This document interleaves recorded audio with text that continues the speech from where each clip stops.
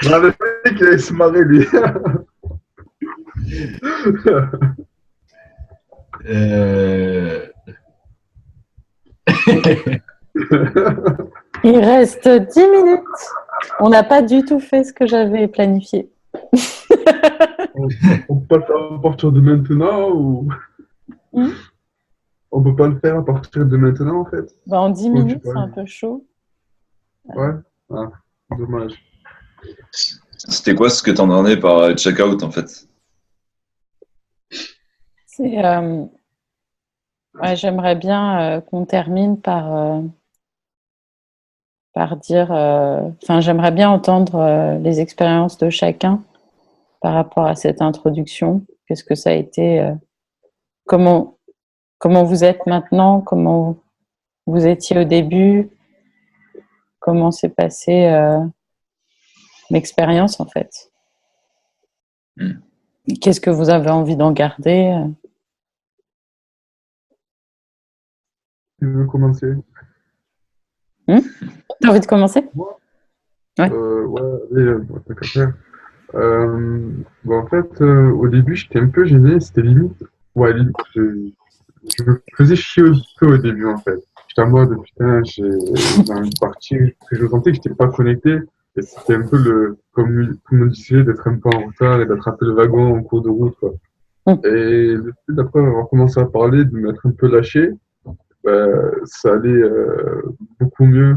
Et en fait, j'ai l'impression d'avoir passé en fait comme si j'avais bu un café en fait avec des potes, quoi, quand on était à la terrasse d'un café, quoi, et qu'on était là à discuter de plein de trucs.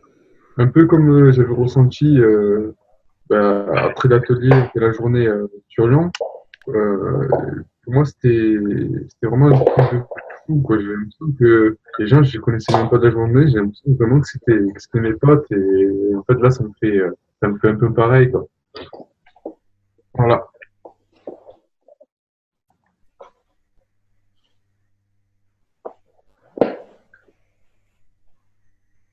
Du coup, enfin, moi, j'ai fini. Qui veut prendre la suite? Envoie le micro.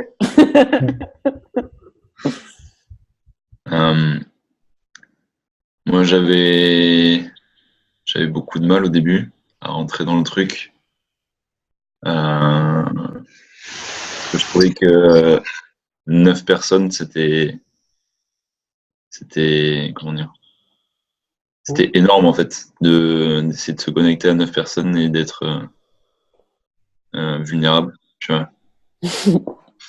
Et surtout que j'en connaissais que 2. 3, pardon. Et c'est peut-être pour ça que j'avais un peu de mal à m'ouvrir. Mais j'ai vraiment senti vers la fin que c'était possible en fait. Et, et c'est beau. Et voilà, je crois que j'ai tout dit.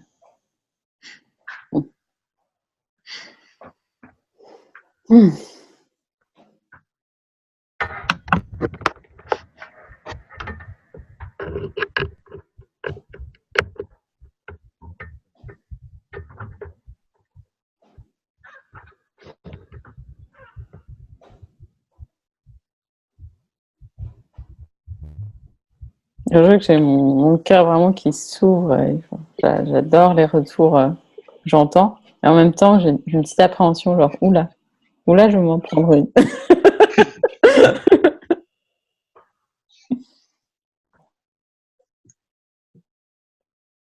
Et en même temps, j'ai envie d'accueillir les critiques négatives aussi.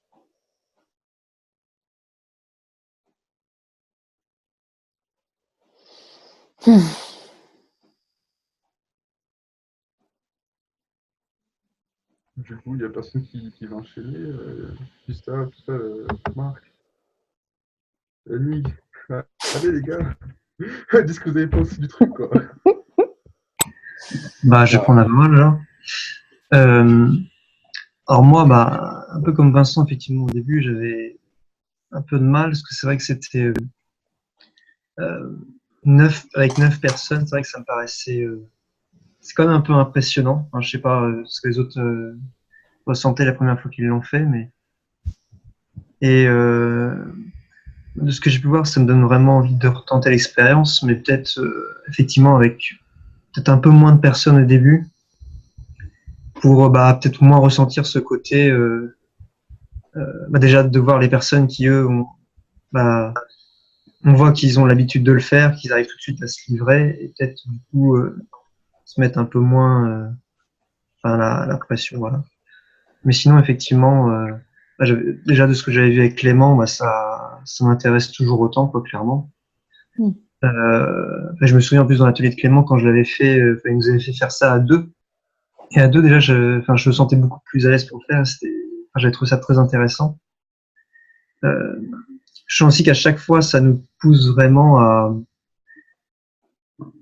faire face un peu à nos comment dire, euh, à nos démons, à tout ce qu'on peut parfois avoir du mal à exprimer.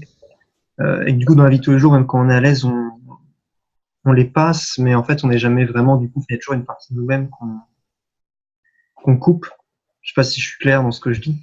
Ouais. Et en même temps, j'ai cette peine dans le cœur parce que je me dis que j'avais prévu de faire des exercices à deux et j'ai pris le choix de ne pas le faire parce que j'ai fait confiance en l'authenticité que je sentais déjà présente avec vous. Justement, en fait, ça me donne envie de donner le mien de retour. Moi, je savais ce qui était prévu et je me doutais que ça giclerait probablement. Et en fait, c'est ça que j'apprécie chez toi, Lucie, et qui m'impressionne beaucoup. Ça a déclenché Cyril. Je ne sais pas qui vous êtes. Très bien, merci Cyril. Mais ouais, c'est ce qui m'impressionne chez toi, c'est cette capacité à abandonner tes plans et dire c'est pas important les plans, ce qui est important c'est ce qui est vrai. Et c'est dur. Enfin, je trouve ça fort de prendre le risque d'abandonner ses plans, de prendre le risque que tout le monde soit mal à l'aise, de prendre le risque qu'il y ait des clashs. Et je pense qu'on aurait pu continuer 5 heures, quoi. Vincent, peut-être 6, vu qu'il mangeait en même temps, pas ressourcé. Mais... J'ai pas fini. C'est ça mon retour. Je me demande ce que ça ferait un circling à je sais pas, 180. J'ai déjà fait 110. 110. C'était énorme. Et en même temps, c'est pas du tout chaotique.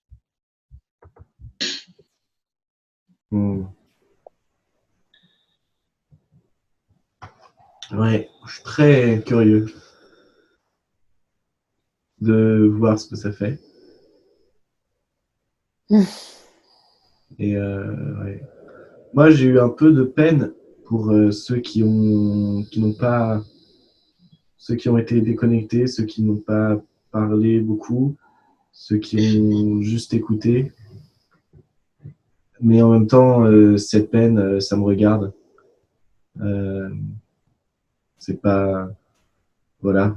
Enfin, si ça se trouve, tout le monde l'a très bien vécu et pas moi. Donc voilà, je laisse, je m'en occupe pas. Ouais, je vais pas faire de suppositions, quoi, en gros. Et voilà. Non, moi j'ai beaucoup apprécié ton Lucie, ta pertinence, enfin ta façon de recadrer les gens, enfin voilà, de saisir les flux comme ça qui sont très ténus.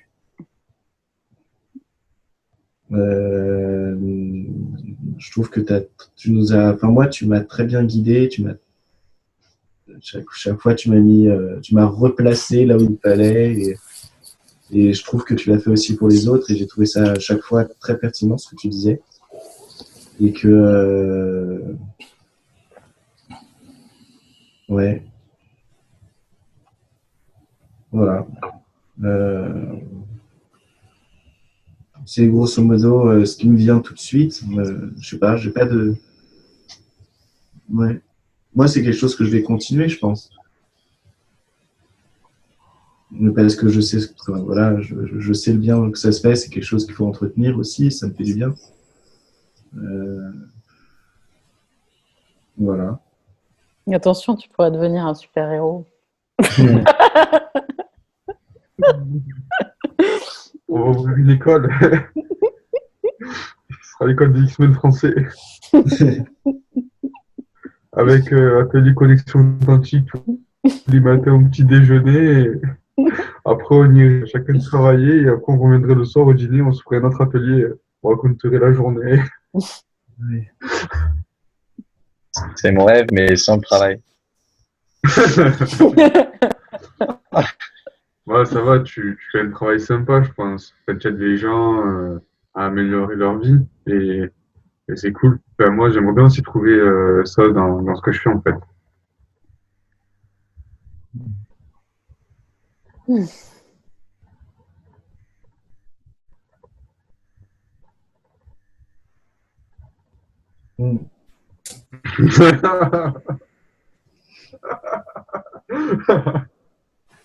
Le fait que personne parle, en fait, ça m'a fait rire, quoi. Enfin, là, j'ai l'image de Clément qui sourit et qui cligne des yeux. Et, du coup, ça m'a fait un peu rigoler, quoi. Je vois Je que- regarde derrière. J'ai peur de donner mon feedback parce que il n'est pas spécialement négatif, mais comme il n'est pas positif et que j'ai pas encore réussi à le justifier, ça m'embête. C'est parce que j'aime. Tout le monde fait, ah, c'était bien, c'était cool. Et moi, ce que j'ai ressenti, c'est plus une sorte d'inachevé. J'ai pas vu l'heure passer, j'ai fait. Il y a eu cette sorte d'un peu de malaise où à un moment ça s'est lancé et. Ah mince. Et là, on était je sais pas, un peu chaud pour démarrer. Donc, il y a un peu ce côté inachevé que j'ai ressenti. Et en même temps, j'ai pas compris, il y a une sorte de frustration de ne pas avoir compris les règles. Et ça, c'est pas bien que j'essaie de tout contrôler. Et le fait qu'il n'y ait pas d'explication, pas de feedback, j'ai cette sensation de dire, bon, à quel moment est-ce que du coup, ok, on arrête la partie et on se met À commencer. comme si j'attendais une sorte de vrai feedback. Bon, maintenant, on parle librement. Alors, c'était quoi? Qu'est-ce qui s'est passé? Pourquoi? Qu'est-ce qu'il fallait faire? Et donc, à la fois, c'est une sorte de ressenti négatif par rapport à ça. À la fois, j'ai l'impression que ça m'apporte, c'est un de mes travers. Mais j'ai quand même eu deux trucs positifs. La première fois que j'ai pris la parole, tu m'as fait deux remarques pour me dire, est-ce que tu penses pas ça, que c'est pas plutôt ça? Sur mon sourire. Et celui-là, direct, j'ai fait, ah ouais, ça ça va plus loin que ce que je voulais dire et je le prends et c'est quelque chose que j'ai envie d'intellectuer, de réfléchir. Mais c'est pas tant par rapport à l'exercice que par rapport à toi, ce que tu m'as dit. Ce qui faisait partie de ces 2 heures passées ensemble. Et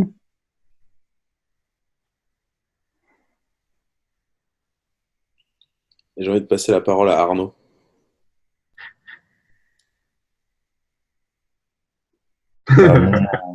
Mon expérience, elle se résume un peu à une sorte d'électrocardiogramme, dans le sens où Lucie a parlé de chaos un peu plus tôt. C'est vrai que je l'ai senti quand je suis arrivé, ça allait un peu dans tous les sens, comme ça. Mhm. Et à un moment, elle m'a même envoyé un message privé pour me demander si tout allait bien, si j'arrivais à me sentir à l'aise. Et au début, c'était compliqué de trouver une place, quoi. Et après, ça s'est stabilisé et c'est là que je me suis senti présent. Mais ce que j'ai apprécié, c'est le fait là, je parle pour moi, le fait d'avoir été, malgré ce sentiment que j'avais que ça allait dans tous les sens, de rester quand même calme et d'essayer de faire l'effort de comprendre et de saisir ce que les autres disaient. Même si à plusieurs moments, je Je ressentais pense l'envie que de c'est partir, ça en fait. qui. J'imagine que c'est ça qui fait que tu as l'impression que c'est chaotique parce que tu essayes d'être calme. Je pense pas que ce soit ça. Disons que j'ai été habitué à faire ces exercices autrement, c'est-à-dire c'était toujours cadré. Bon, on fait d'abord ça, ensuite on fait cet exercice, ensuite on fait ça. Et du coup, je pense que c'est aussi une bonne expérience de l'avoir vécu comme ça, d'une autre façon, justement, là où ça partait dans tous les sens, et de voir aussi si j'étais capable de pouvoir toujours rester authentique, quoi, et de faire cette pratique-là. Mm. Donc c'était un peu je l'ai plus vécu en fait comme un miroir, si vous voulez, le fait d'être moi observé et de me dire voilà, où est-ce que je me place, qu'est-ce que je fais, comment j'arrive à m'intégrer dans tout ça. Et donc c'est en ça que j'ai trouvé ça intéressant, et bien sûr que je referai l'expérience, ouais. Et c'est en ça que je trouve, que je fais confiance à ma manière de diriger un cercle, c'est que j'ai vraiment envie que chacun puisse avoir cette authenticité au quotidien. Et c'est pour ça que je prends le choix souvent de ne pas faire de méditation, de ne pas mettre de structure pour que ça devienne vraiment naturel pour chacun. Ouais.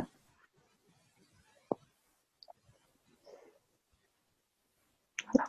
Donc c'est une structure.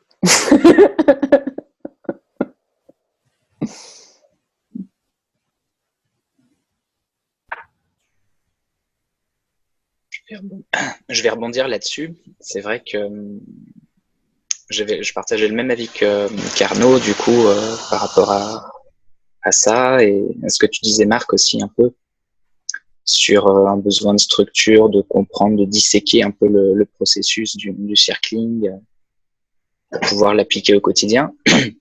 Mais en fait, le fait de laisser venir ce qui est venu et de laisser émerger ce qui venait naturellement. Voilà, justement, c'est ça qui est naturel. C'est pas dans des cases et ça marche. Ça marche. Alors même si je suis peut-être pas beaucoup intervenu, je me sentais quand même présent. Voilà, comme j'ai dit à un moment, pas toujours connecté à tout ce qui était dit.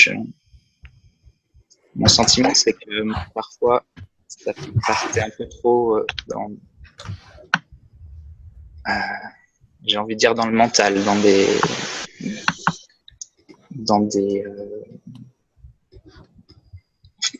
on perdait un peu de connexion à ce qui était senti vraiment à l'intérieur. C'était un ressenti personnel. Voilà, donc j'en sors un peu frustré de ne pas avoir les 10 étapes clés, mais voilà, très satisfait quand même.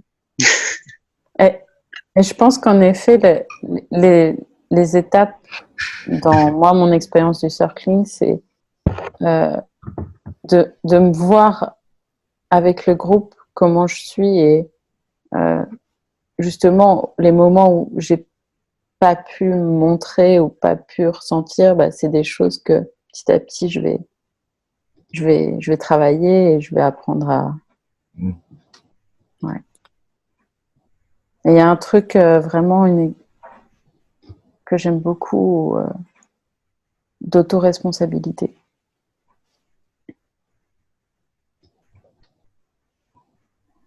Qu'on n'apprend pas forcément dans la vie. Ouais, ça me donne aussi un peu envie d'y réagir, comme je vois que vous comparez avec là où on fait de la connexion authentique, où c'est vrai que je vais beaucoup plus structurer, prendre le timing, etc. Et c'est pour ça que j'aime bien cette comparaison du circling avec le MMA. C'est que en atelier de connexion authentique, on va dire, OK, là, je travaille le direct du droit. OK, maintenant, on travaille le direct du gauche. On arrive au circling et tous les coups sont permis. On va observer ce qui se passe. Et du coup, ça peut être beaucoup plus perturbant au début, mais en même temps, c'est beaucoup plus naturel. C'est beaucoup plus transposable dans la vraie vie, en fait. Ouais, c'est ce que je pensais en fait en t'écoutant. C'est parce que je me rappelle, je t'avais dit après l'atelier avec Clément, je sais pas ce que tu nous as appris. J'ai des gens dehors, ils ne le savent pas forcément, enfin, la connexion quantique, tout ça. Je me dis, ouais, effectivement, c'est en fait qu'il fallait le travailler. Et je pense que bah ouais, c'est un peu ça ce qu'on fait tous les jours, en fait, lorsqu'on est au travail ou lorsqu'on rencontre quelqu'un dans la rue, enfin, qu'on discute un petit peu, c'est ouais, d'être authentique, enfin, d'essayer d'appliquer ce qu'on apprend en atelier ou là, comme on a fait en circling, sans forcément enfin, la personne. C'est un peu comme si qu'on apprend à conduire, par exemple. Au début, on a le moniteur avec nous, en fait. Il nous dirait, voilà, il faut passer la première, chercher le point de patinage, tout ça. Et qu'après, on passe le permis, en fait. Et enfin, je dirais, une fois qu'on a le permis, qu'on a notre voiture, ben, il y a plus le moniteur, en fait, pour nous dire comment communiquer avec la voiture. Et du coup, on communique tout seul avec la voiture. En fait, enfin, après, on change la voiture, donc après la voiture, enfin, faut apprendre à la connaître aussi. Je pense que c'est un peu pareil, enfin, la connexion quantique après l'atelier, en fait. Ouais. Ouais, je suis d'accord. Et en même temps, le moniteur, quand tu passes ton permis, il essaie de te passer des petits signaux discrètement. Et en fait, j'ai l'impression que dans le circling, il y a quand même, en fait, il y a du monitoring, mais c'est beaucoup plus subtil et du coup facilement manquable. Mais mais il y a quand même des petits signes qui sont ressortis dans ah ici quand tu m'as ramené là, tout ça. C'est du mentoring discret qui est aussi vachement riche et qu'on perçoit de plus en plus en le pratiquant, je pense.